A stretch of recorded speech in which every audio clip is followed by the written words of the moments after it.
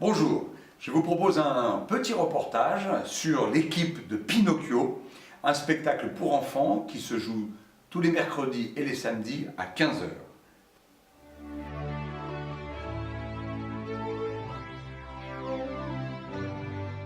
Bien, donc aujourd'hui nous accueillons l'équipe de Pinocchio, un spectacle qui se joue les mercredis et samedis après-midi. Donc nous avons Garance, Félicien et Nicolas. Bien, tout d'abord la première question, pouvez-vous nous raconter comment est né ce spectacle? Eh bien écoute, ce spectacle est né d'une volonté déjà de faire un premier projet pour enfants, pour ma part. Un jour je suis tombé sur une vidéo de Pinocchio diffusée sur une chaîne de télé. Et tout de suite du coup j'ai appelé Nicolas qui a accepté de bien vouloir faire l'écriture et la mise en scène. Voilà, ça faisait longtemps qu'on voulait refaire un projet ensemble. Donc, Et d'ailleurs, c'est un projet Pinocchio assez original, même très original. Pouvez-vous nous raconter le pitch? Nicolas, c'est vous qui l'avez écrit? Oui, tout à fait. Alors, je suis parti. Alors, voilà, ça raconte déjà de nouvelles aventures de Pinocchio. Donc, on suit légèrement la trame classique, mais on sort aussi du Pinocchio traditionnel. Voilà, donc c'est un petit pantin, comme toujours, mais qui va vivre d'autres aventures, va-t-on dire. Et voilà, je vous invite à les découvrir. Voilà, ce qui intéresse les personnes qui vont nous regarder, c'est combien de temps avez-vous mis pour monter ce spectacle? Ah, comme un enfant, 9 mois. Quelles sont vos sources d'inspiration? Au départ, moi je suis parti du texte de Collodi, je me suis vraiment extrait de tout ça. Et après, donc Disney, Comanchini, et puis après avec Félicien, on est parti aussi de ce que nous, on avait envie de dire et de montrer. Et justement, vous avez fait aussi la mise en scène, donc je voulais savoir comment est-ce que vous avez conçu votre mise en scène?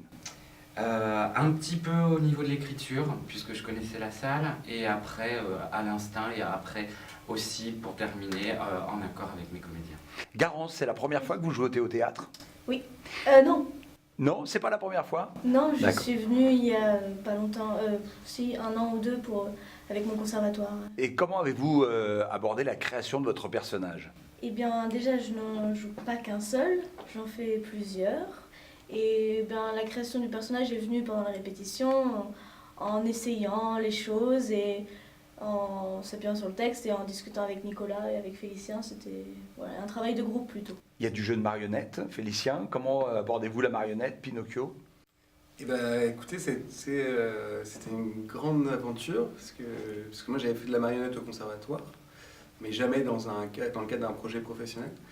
Et du coup, voilà, c'est le temps qu'il faut prendre en main la marionnette, arriver à lui trouver sa voix et arriver à faire le switch entre moi qui joue en tant que comédien et quand je suis marionnettiste. Voilà, c'est une belle aventure, mais c'est du travail, du travail. Et alors, pourquoi avoir choisi le thé au théâtre? Nous en avions assez des grandes salles, donc voilà. On en avait assez aussi de jouer à l'international dans la langue anglaise, donc on est revenu en France après des années de tournée. Merci, on est ravis de vous avoir chez nous en tous les cas. Quelles ont été les premières réactions du public? Écoutez, elles ont été très bonnes d'ailleurs, ça me rappelle à la première ici au Théâtre de notre spectacle. À la fin du spectacle, on a un petit enfant qui a genre 5 ans, un petit garçon qui tout d'un coup s'est mis à pleurer, à se rouler par terre, taper du pied et tout ça. Donc nous on s'est dit oh là là, on l'a fâché. Pas du tout en fait, c'est juste qu'il voulait que Pinocchio continue, que le spectacle continue. Et du coup il nous a tapé et il a fait sa petite crise pour que le spectacle continue. D'accord, d'autres projets? Rentrer chez moi. Oui. Il y a d'autres projets. D'autres projets, vous voulez dire personnels ou... Personnel par exemple, ou de la compagnie, enfin d'autres projets, Garance? L'histoire du soldat. D'accord. Et Félicien? Moi, Lysis Rata, mis en scène par Olivier Courbier, on a déjà joué une centaine de dates et qu'on reprend à Avignon cet été. Bien, monsieur le metteur en scène, Nicolas Reding, donc le principal trait de votre caractère en tant que metteur en scène? L'adaptation, je pense, l'adaptation à une équipe, donc voilà, la flexibilité, est allé dire. Est-ce que c'est à lui de répondre pour cette question? Non, mais aussi, oui, c'est à lui de répondre. Et votre principale qualité en tant qu'artiste, chacun, Garance? Ouf, La créativité. Ouais, Félicien. La ponctualité. Et Nicolas.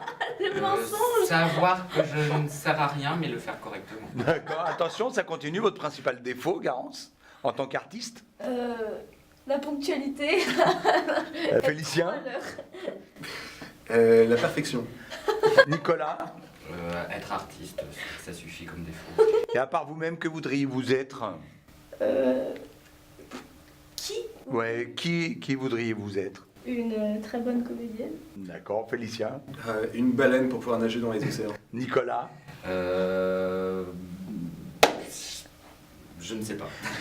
Et votre état d'esprit, là, juste à présent, Garance? Un bon état d'esprit, joyeuse, heureuse, et voilà. Félicien. Heureux d'être ici, joyeux, content. Une troisième, juste après cette troisième qui vient de se passer à merveille. Juste heureux, quoi. Et Nicolas. Soulagé et puis ravi. Ouais, ravi. Et donc, on signale que vous allez être ici les mercredis et les samedis. Pendant combien de temps? À 15h jusqu'au 14 avril. Jusqu'au 14 avril. Voilà. D'accord. Et certainement une reprise, parce que vu le succès de ces premières, ça mérite une reprise. Merci beaucoup, à très bientôt. Au revoir. Merci bien, au revoir.